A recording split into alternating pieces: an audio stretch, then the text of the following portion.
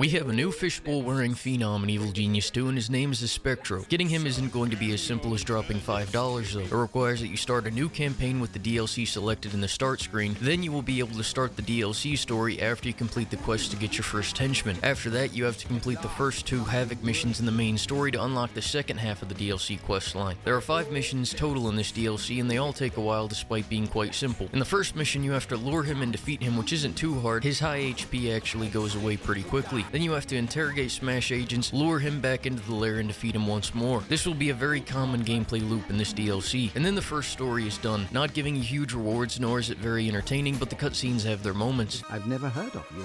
Well, my paperwork still needs to be processed. As an aside, Espectro does kinda sound like he's using a mic from 2009 and he's in a Modern Warfare multiplayer lobby. The next mission includes completing some tracking missions on the world stage, then doing a research project and going back to the world stage once again for a couple more missions before you once again defeat Espectro at the lair. The third mission does have a pretty cool reward in the ray gun, which is the new interrogation machine that is straight out of Goldfinger, the James Bond movie from the 60s. The animation is very cool for this, although you can only place one, which is a little bit of a letdown. Then again, I don't do too much interrogation anyway, so it's fun to use every once in a while. This mission includes more tasks on the world stage, another research product, but a twist of having to interrogate an arms dealer goon, which is a special mission character. He does wear a military outfit and kinda looks like a reskinned version of a mercenary, in addition to sneaking in with other agents, so keep a careful eye on who's coming into your base. The next task is in Australia because it fits into the lore of the mission, so just in case you find yourself panicking panning across the entire world map, remember that Australia is in fact a country, and this is where you will find your down underworld task. After that, it's just another easy takedown of Espectro at your base and the mission is done.